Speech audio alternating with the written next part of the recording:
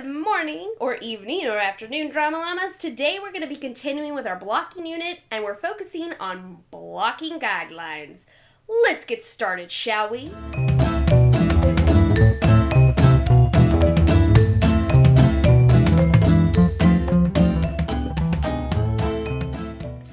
Alright, before we go into the actual rules, let me give you some information, some definitions that you're going to hear when you are on stage and working with a director. Stage business. This is the action by the actors on stage, like picking up a book, or opening a letter, or crocheting, or sewing. These are just something that you do on stage that may help with the plot, or it may just be something that your character does. Because if you think about it, every single day, we don't just sit and stare at each other and talk. Sometimes we're on our phones if it's more modern. Maybe we're writing stuff down, maybe we're painting, something, we're doing stuff. So stage business. Gesture. Gesture is any hand or arm movement and facial expression that helps express an idea or emotion. Like raising your hand is one that you do every day. Like when you have to ask a question, you raise your hand. That is a gesture that we know means that you have a question. Upstaging. So upstaging of an actor is when you move towards the back or the upstage, the up part of the stage, to make the other actor that you're acting with have to face away from the audience, turning their back away from the audience. Number 4, cheat out. This is a common theater term said to actors to remind them to open up to the audience, even if it doesn't seem natural. The best thing about being on stage is that we can trick the audience into thinking things. We can trick them to think that you're looking at each other when you're not exactly looking at each other. So don't be afraid to not look at the person you're talking to directly face to face. You may have to do a little cheating out.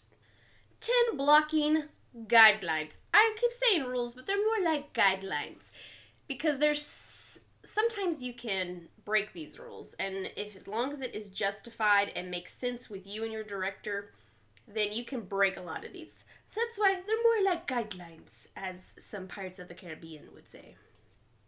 Alright, so here's number 1. When two people are walking together, the upstage actor should be slightly ahead. So you're going from stage left to stage right.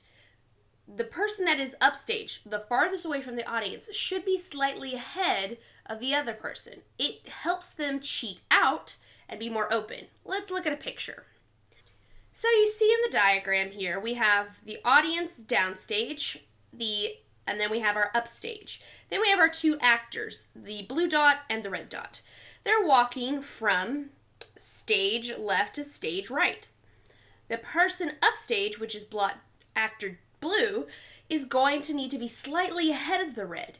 This is so, 1, they both can stay open, and 2, the audience can see them. A lot of these acting guidelines really are about making sure that you are visible to the audience. Number 2, cross in front of another actor when you are speaking. If you are not speaking, don't cross in front of someone that is. Alright, so we've got our red dot actor, and you can see the black line, and they're going to move from one side to the other, but only when they're speaking. So that way, we are watching them instead of the blue person who may be covered up by them when they cross in front of them. 3. Avoid moving when another actor is speaking. As I said previously, you need to be still when you are not speaking, because our attention should be on the other person. So, when you're talking, move. When someone else is talking, be still. 4. Avoid standing directly behind another actor. It is the upstage actor's responsibility to move. So we talked about upstaging as a term. Now, if you are standing behind another actor and they're facing the audience, they cannot see you. So it is your responsibility. If someone is standing in front of you, you counter cross them. And it is just as simple as taking a couple steps right or left to them. So if that's you, that's a no-no. So actor blue would be responsible for moving left or right so that they could be seen, because actor red is facing the audience, so they don't really know what's going on right behind them.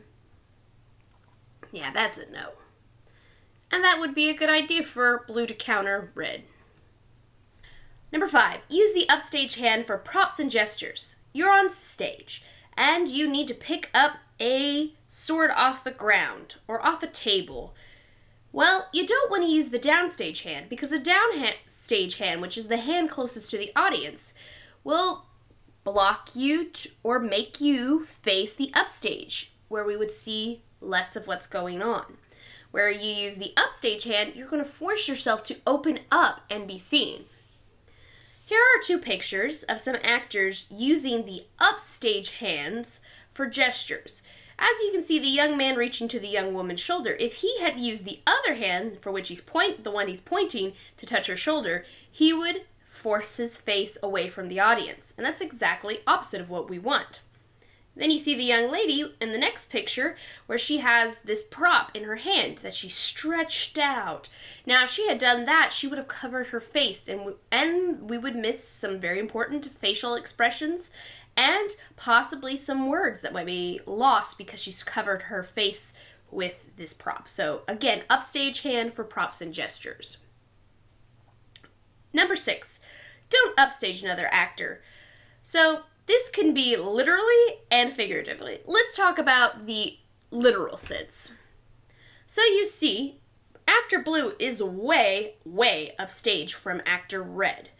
Now, what's going to happen is if blue comes in and stops there and starts having a conversation with red, red is going to naturally turn towards blue and then turn their back to the audience. So blue could come downstage a bit more so that they were more on an even playing field.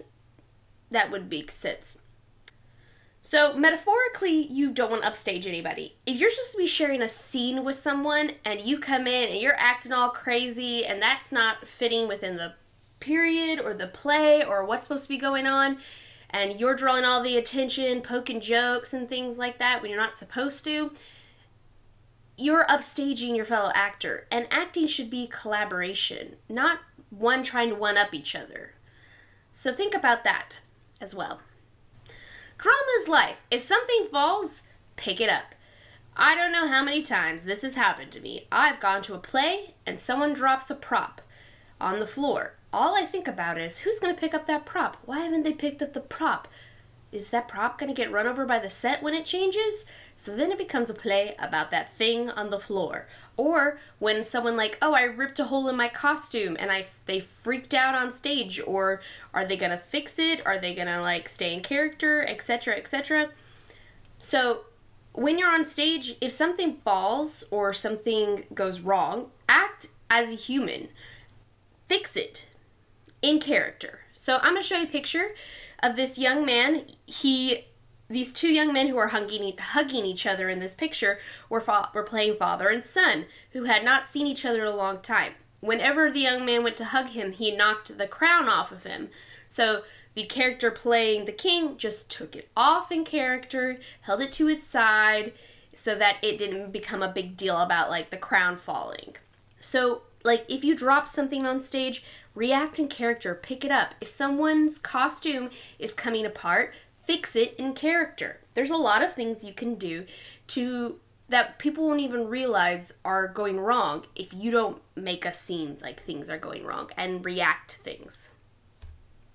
Number 8, to open to the audience is to face them, cheat out. So we talked about cheating out. This is so important.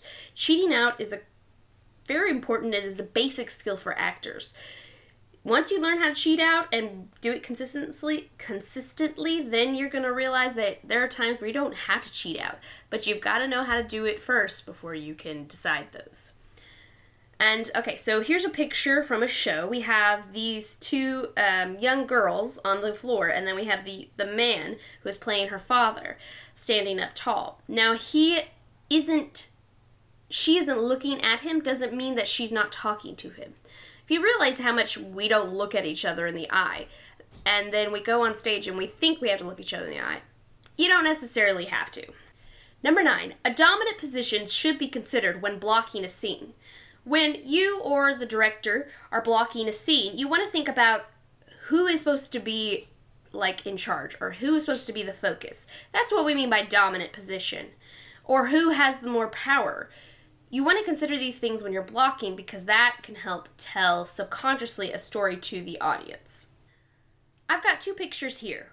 The one where we have the four people sitting and posing for a picture. You're going to see the man in the red vest and the woman in the gold shirt and red shirt as well. They are in a more dominant position because they are higher up. They have more power in this play at that moment. Then if you look to the next photo next to it, you have a very powerful triangle here with the gray men, where the two that are standing guard are very devoid of anything, and then the one that's at the apex, or the point of the triangle, he is having a big issue, which also kind of juxtaposition because the young lady that's standing, she also is having a big emotional reaction. It's a triangle and another triangle. Triangles are very powerful on stage, and I always say if you can make a triangle on stage, do it. Number 10, probably the most important guideline, is plan a purposeful movement. Your movement needs to have a purpose. Don't just move for moving's sake. Have a point to movement. If you go walk across stage, you better be doing it for a reason. If you sit down, you do it for a reason, not because my director told me so. Now, the director may have told you so, but they probably have it for a reason. Maybe your character's sitting down because they're frustrated. Maybe they're sitting down because they're old and they need to rest. So think about those things when you pick your movement as a performer. Well, Drama Llamas, I hope you've learned a lot from our blocking unit, blocking guidelines. Take this knowledge and use it on the stage today. Well, I'll see you next time. Bye.